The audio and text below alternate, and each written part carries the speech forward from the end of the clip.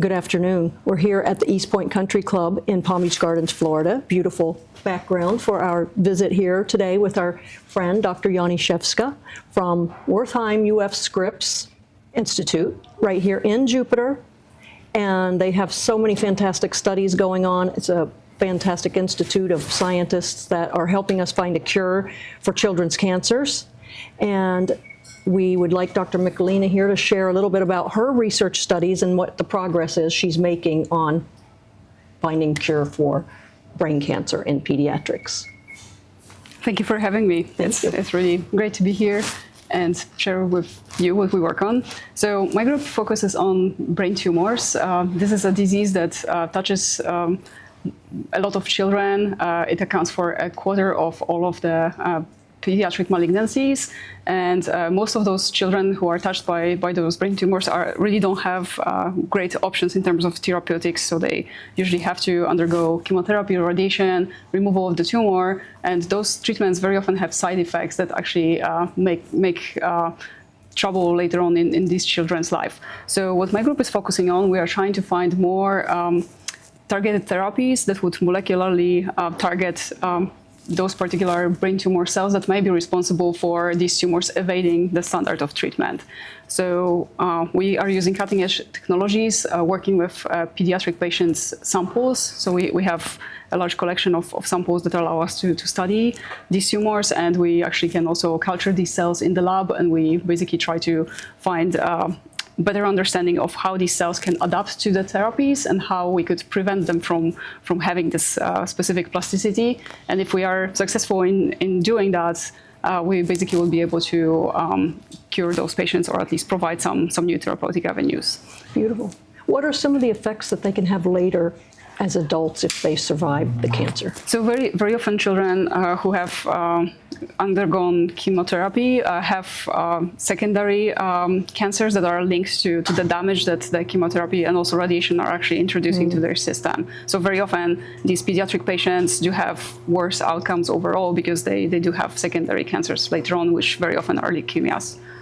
Right. So what do you think, is there a number on the survival rate with any of the clinical trials that have been done in this particular type of cancer? Is there an average life expectancy? So I think still the 5-year survival for these patients is not that great. So depending on the tumor type, it's around 60% who are actually making it through the 5 years. And then afterwards, there is a lot of those additional problems. And especially with brain tumors, the problem is also that many of those patients have neurological symptoms afterwards, just because you're blasting their brain with different type of chemicals. So basically what we are trying to do in the lab is we are trying to look for targets that would be specific for those brain tumor cells, but that would actually be sparing all of the normal cells of the brain.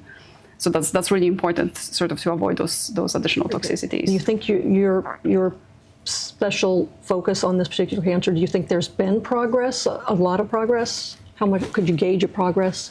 I would say we definitely need to do more. So there is a lot of clinical trials going on. There's a lot of hope in different types of immunotherapies, but I think we still really need to understand the disease a little bit better, because a lot of knowledge that we have right now about brain tumors is coming from the adult population. And we all know that the genetics of this disease is very different from what we see in the pediatric patients. So we are trying to draw some parallels from what we observe in the adult patients, but we also need to sort of design studies that are specific for pediatrics. Sure. Okay, well, that's fascinating. It's very hopeful, it sounds like, that you're going to get there one day.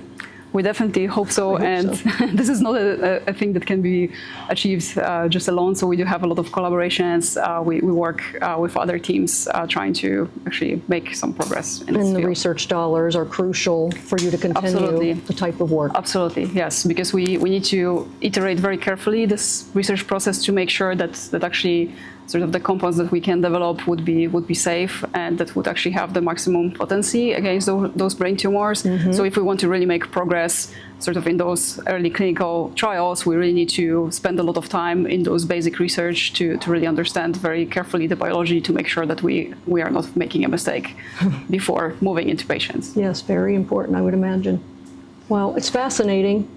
It's fascinating, and I'm sure you feel so fulfilled with what you're doing as you're making a difference, or at least I hope you do feel fulfilled about what you do. yeah, that's definitely the hope. So we're there to really, yes, dedicate our time to make a change. Is one of the most difficult cancers to treat in pediatrics? Am I correct? Yes, I would say that. There is definitely other tumors that are equally difficult, but this is one of the hardest, and especially because it's in the brain, it's just so difficult to actually manage. Sure. Well, I thank you for your time. I much appreciate it. We appreciate you and all the work you're doing at Scripps, and we're so grateful to be a part of it because we want to be a part of the change in helping stop children's cancer once and for all. And thank you again to Eastpointe Country Club. What a beautiful setting. Thank you. Thank you.